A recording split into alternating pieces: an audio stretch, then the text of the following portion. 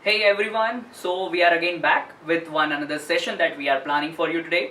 Last discussion we had was specifically on resume writing, but we have only considered a topic which exactly is having a major role to play while developing or preparing or writing your resume. That is understanding your own self, because your resume is nothing but what exactly you are. That is the replica of you.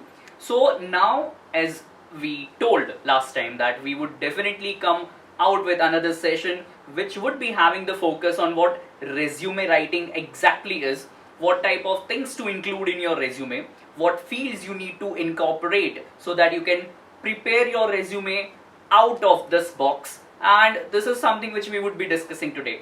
So I hope that you people are enjoying the sessions, and let's focus some more light on resume writing. Yeah, so let's focus some light on what exactly the resume is. Considering the name resume, you might have heard about it, that when someone is going for applying for a good job or going for an interview, he or she must need to carry something by which he or she can say that okay, this is my resume, and you can go through it so that you can understand what exactly I am. So we have heard so many different names that we are a bit confused. Sometimes this happens that we have heard so many of the different names of same thing, so that we can not able to differentiate what these things are. So I think as per what I know, we have three names which we are having a bit confusion about. First is what exactly the topic is about, resume. Second, we have heard about curriculum vitae, that is we call it CV, and the third is biodata. So now what exactly the difference between these three topics or these three words are? Considering the first one, that is resume. So when you are a fresher and applying for a job in any damn XYZ company, you need to carry a paper which is or must not be more than 2 pages. That is something which replicates what exactly you are, what are the professional skills you have, what exactly the achievements you have in your past records. These all things including something which is about very much important, that is you. That is called your resume. The first thing is that. Second very important thing is your CV. So CV is something when you are, this is what generally we are considering, that when a person is already having a professional experience and he is furnishing his resume or her resume based on so many different skills that he has occupied or he has earned those particular achievements. Based on that, he would be preparing a specific paper which replicates his or herself.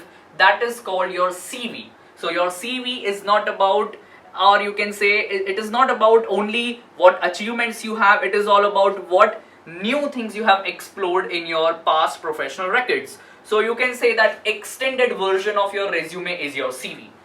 Third is your biodata. So as the name suggests, bio, you can consider it as life, and data is the data that you have. So biodata is all about your life, your personal details, your major important thing related to your personal life, that is called biodata. So these three things are differentiated like this. Resume, considering for freshers for a job application.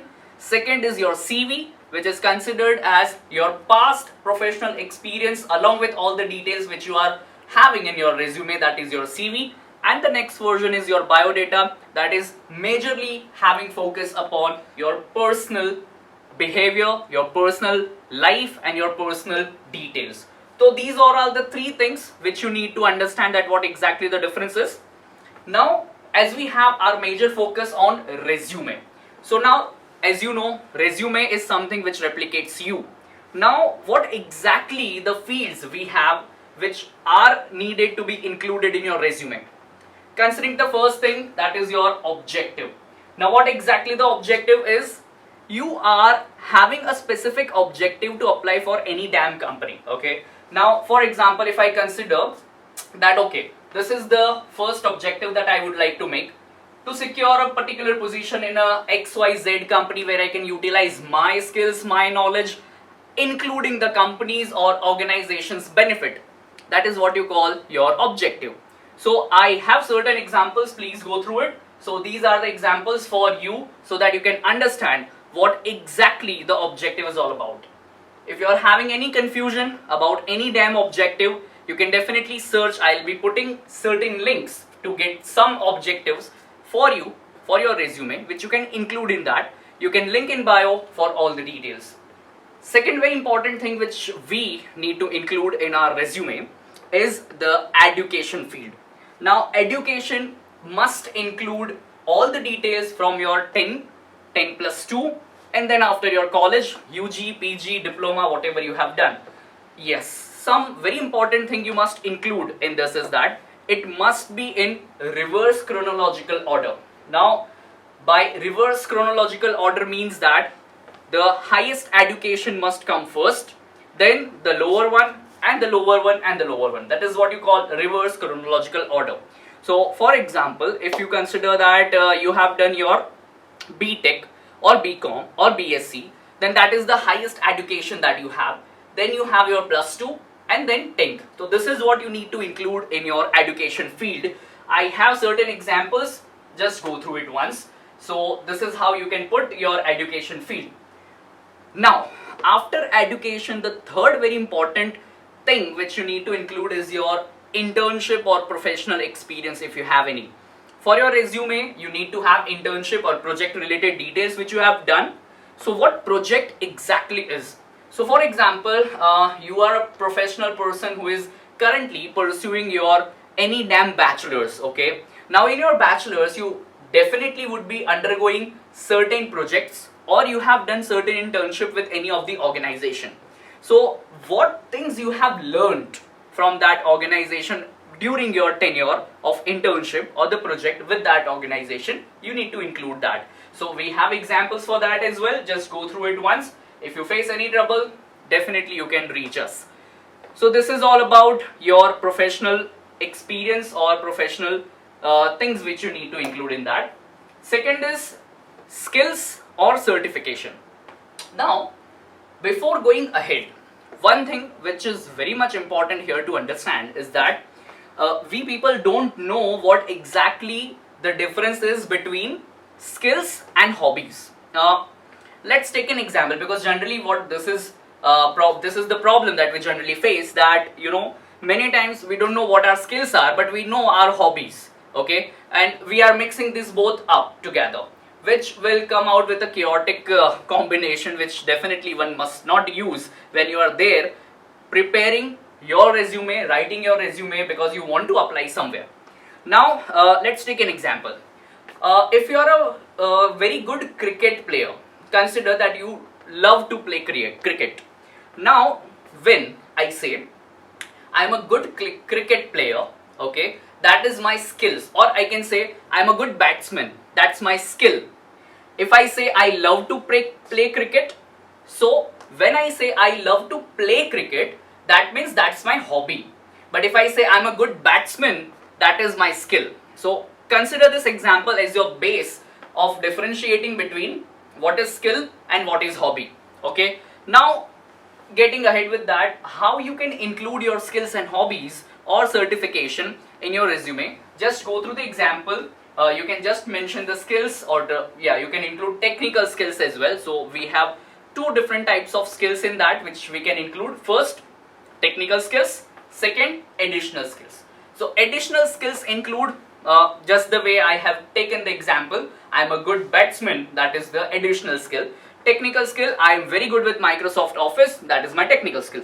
So you can include in this particular order so that it would look out very effectively, so that the other person or the interviewer can understand it well. The next is accomplishments. Now what accomplishments are? For example, you have played for your universities or for your college or for your school tournaments, whether it is football, basketball, cricket, badminton, anything. If you have applied for and participated for different technical workshops on big data, manufacturing, and all what not, okay, so you can include those in your accomplishments. If you have achieved something very well, for example, if you say that I have appeared for conferences for Facebook and I have represented my own college over there, that is a good accomplishment that you have. So this is all about accomplishments. Okay, so these all are the fields. Once again, let's go through it once. So first is your objectives, then your education, then the professional history, that is your internship or projects, then your skills or certification, and accomplishments. Now, other than that, you can also include the languages which you know. Based on the companies or the organizations, you can definitely include different things in your resume. Okay, now if you consider that I am a software engineer, okay, and I'm applying for a job for Java developer, okay, so I can include that what Java related things I know. If I'm a mechanical engineer, or if I'm a person who knows mechanical engineering well, I can include that I'm very good with manufacturing, production, quality and all. Okay, if you are a science graduate, you can put that I'm very good with chemistry, and this is why I'm applying for this company which is dealing with the chemicals. Okay, so this is all about specific details which you can definitely include in your resume based on the organization. Okay, so this is all about resume. I would be definitely attaching up what I can say a sample at the end of this video so that you can go through it. I would be putting a link as well, okay, from where you can get some very good templates to prepare your resume. So I hope you would definitely understand, learn, and with that you enjoy the learning process. With this is Ankit Pandya signing off. Thank you very much.